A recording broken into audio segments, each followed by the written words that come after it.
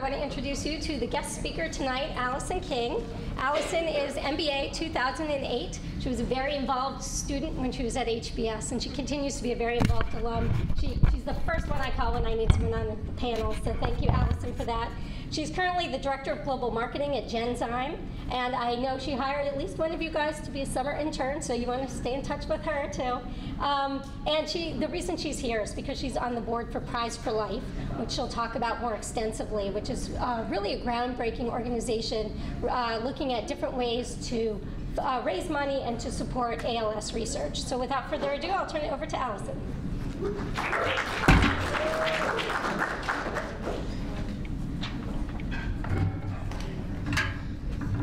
Thank you, Kara, for that introduction. And I brought my notes up because I actually did have slides, and unfortunately we're having some technical difficulty. And so I won't be able to share with you some of the fun photos to kind of make my speech a little bit more entertaining. So apologize for that, but I wanted to just first start by thanking the organizers of this event from the Healthcare Club and the Healthcare Initiative.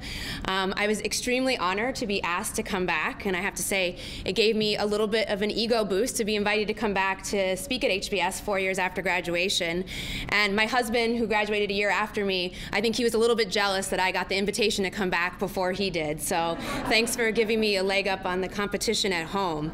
So just a little bit about me, just to add to what Kara said. I was class of '08, section I, and I was kind of your classic career switcher. I came to HBS after 4 years at Morgan Stanley in investment banking, knowing that I wanted to make a switch into healthcare. And so I took advantage of everything that HBS had to offer, including the Healthcare Initiative, which is a very near and dear cause to my heart. And so it's great to see that it's expanding in size every year, and to see so many of you guys here today. And it really helped me find my path into my career.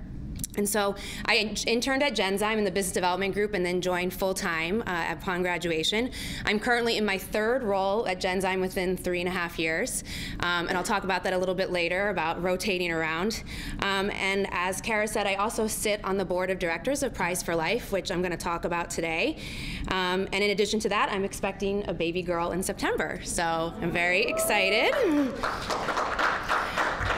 But so I wanted to talk to you guys today about how I got into the healthcare industry and my path from kind of a banker to person in healthcare. And I hope what you take away from today from my experience is that pursuing your passion really does pay.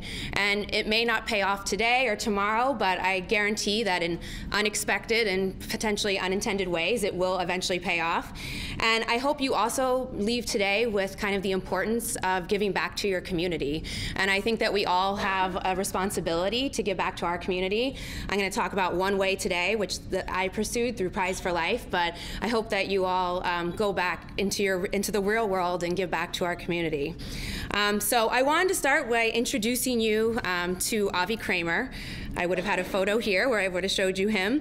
But many of you may be familiar with his story. He was class of '06 from HBS. And I'd like you to think back to your RC year, not that long ago for most of you. But when you first started here, and all the hopes and expectations you had, and how exciting it was getting to know your section, anticipating that first cold call, hanging out with your friends. And Avi arrived here from Israel, his first time living in the US, full of all those same hopes and expectations. And he got here and he noticed that he was experiencing some muscle cramps in his hands and also some muscle weakness. But he tried to ignore it because he was so busy going about the usual RC things, going to Priscilla Ball and taking advantage of everything RC year had to offer. But eventually he couldn't ignore his symptoms anymore, and he was referred to a local neurologist here in Boston, who eventually referred him to a specialist. And after many tests and ruling out pretty much everything else, he was given his worst nightmare, which was a diagnosis of ALS. And at age 29, he was told he had 3 to 5 years to live. And so you can imagine how devastating that diagnosis is, but just to put it in context for you and give you a few facts about ALS. Number one, it's an orphan disease, which means it's rare, and it doesn't affect many people. So the definition of orphan disease in the US is that it afflicts less than 200,000 patients. ALS impacts about 30,000 patients at any one time, and so it is pretty rare. And it's actually quite rare for somebody at Avi's age, at age 29, to be diagnosed. It typically impacts people a little bit later in life, in their 40s or 50s. So not only is it rare, but it's a progressive neurodegenerative disorder that attacks motor neurons. So over time, patients lose their ability to walk, talk, swallow, breathe, pretty much everything, and they eventually end up completely paralyzed. At the same time, though, their mind remains unaffected, and so they're kind of trapped in their body. Most patients die within 3 to 5 years of respiratory failure, and the cause of the disease is still unknown. About 10% of cases are thought to be genetic, but overall, there's very little known about the cause of the disease. And unfortunately, there are extremely limited therapeutic options. So there's one drug on the market that's actually marketed by my parent company, Sanofi, Rilatech, which extends life by 2 months. So you can imagine that that's not a great thing to hear from your physician, that we can give you a drug that extends your life by 2 months. But that's basically what Avi was told when he was diagnosed. He was basically told, go home, prepare your will, and get your affairs in order. And that's the same exact diagnosis that was given to patients back in the early 1930s when Lou Gehrig's was diagnosed, and he's famously now, the disease is often called Lou Gehrig's disease in the US. And that's also the same diagnosis and advice that my father was given when he was diagnosed. And so you see, for me, ALS is actually quite personal. And I met Avi in '06 when I started here on campus, and this was just a few months after my father had lost his battle with the disease. About 5% of patients with ALS will live 20 years or longer, and my father happened to be one of those 5%. And so my father died almost exactly 20 years after he was diagnosed with the disease. And many patients and families will often ask me when I meet them, like, how did he live for so long? What did he do? And I think, unfortunately, there's no good scientific or medical answer. He did what any of us would do. He tried to enroll in every clinical trial available.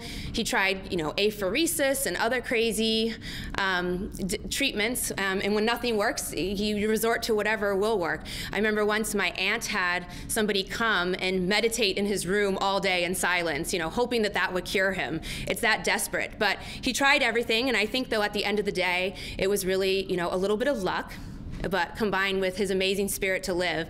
And he actually had a motto that he had taped on the front of his computer that he looked at every day for the last 10 years of his life, which said, ALS may ultimately kill me, but it will never defeat me.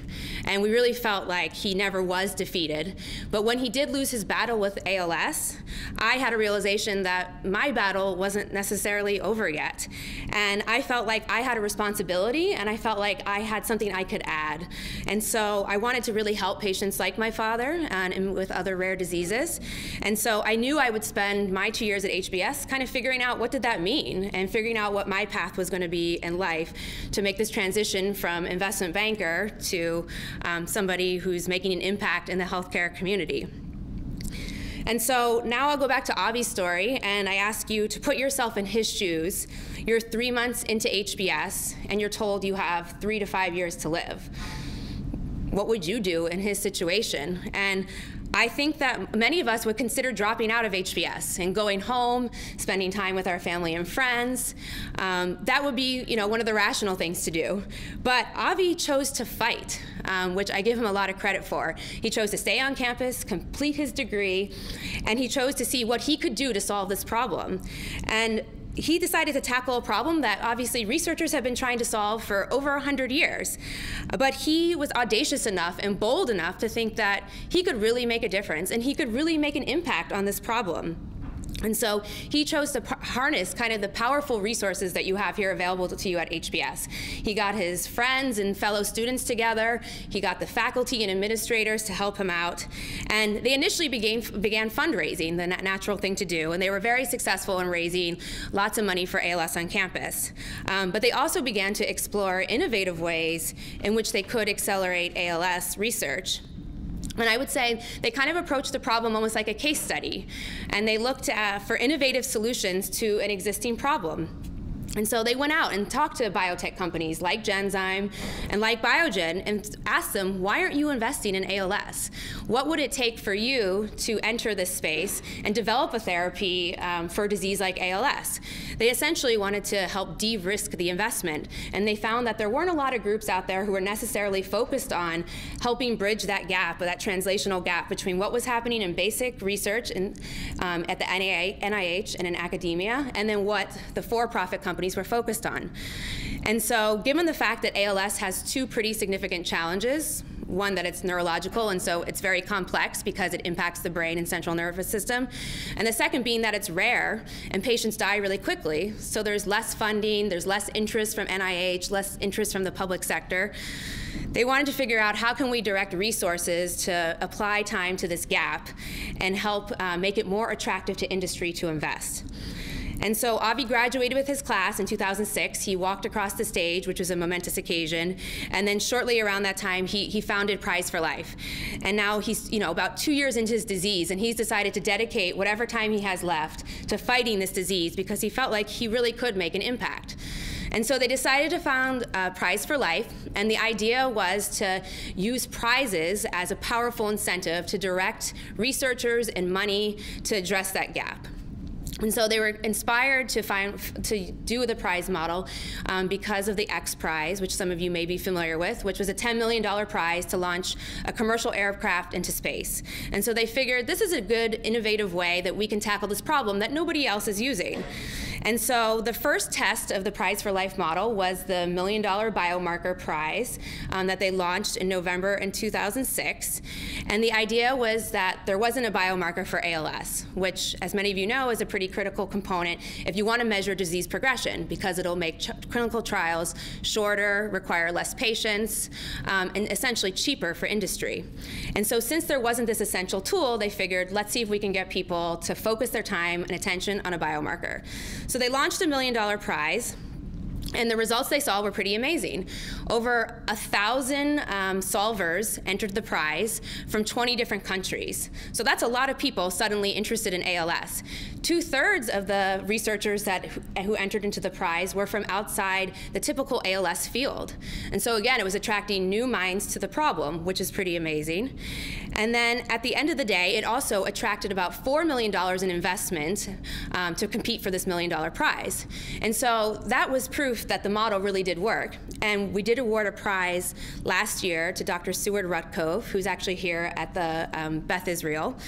And he created a biomarker using a technology called EIM, which basically looks at electrical currents and how they travel through muscle. And given that they travel through healthy muscle and diseased muscle differently, you can measure progression of disease.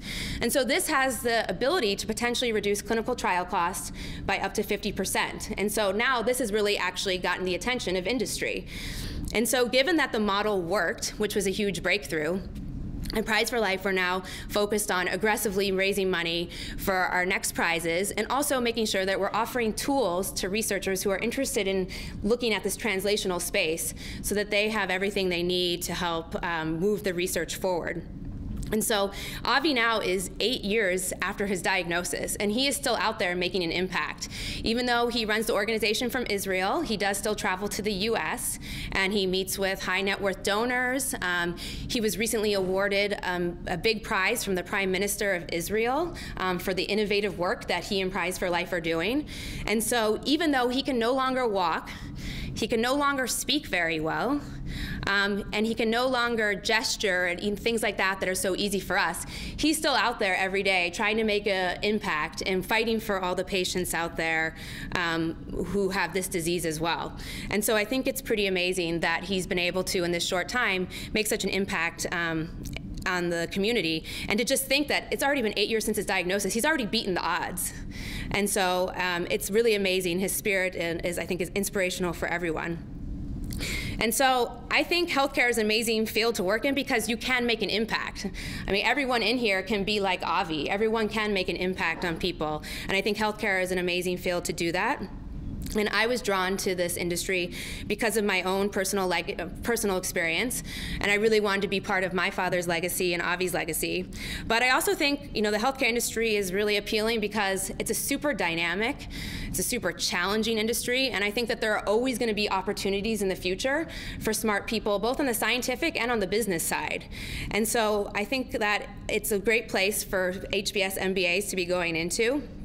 And healthcare initiative really helped me find my path, and I figured it wasn't going to be the bankers of the world who were solving these disease problems, and so I was lucky enough to find a place in a company that I really believe in. And I encourage all of you to just do the same, to find a company you believe in and then create your own opportunities. And so I was drawn to Genzyme because of its underlying mission. It basically treats rare diseases. So they look at very extreme unmet medical needs for rare diseases and develop and deliver transformative therapies. And to me, I thought, if any company is going to solve ALS or develop a treatment for it, this is the type of company that it's going to be. And I really want to be a part of that. And so I joined the company, and since I've been there, I've had the opportunity to work in all different roles. I started in business development, given my finance background from Morgan Stanley. I then spent 1.5 years working for the Chief Operating Officer, who's now our CEO, in a kind of Chief of Staff operational role. And then I decided I want to be closer to our customers, and so now in global marketing, I have responsibility for 2 of our products for orphan diseases. And so I really encourage all of you to carve your own path and go out there, and I think that I'll be confident that there'll be opportunities for all of you. And so my personal battle with the disease continues. There is no cure for ALS yet. There's no cure for a lot of rare diseases. But I'm confident that there will be a treatment. And most likely in my lifetime, I will see a treatment. And also, I feel that my work at Prize4Life has made me a more valuable contributor at Genzyme. And vice versa, I think that my work at Genzyme has made me a more valuable board member at Prize4Life. And so I think it's been amazing to kind of pursue this passion of mine on both my professional and personal tracks. And so I think as you enter the healthcare world, the real world, my advice would be to you that the healthcare industry needs all of you. And so there's lots of people out there. There's thousands of people who die from ALS each year, and there's millions of people who suffer from diseases.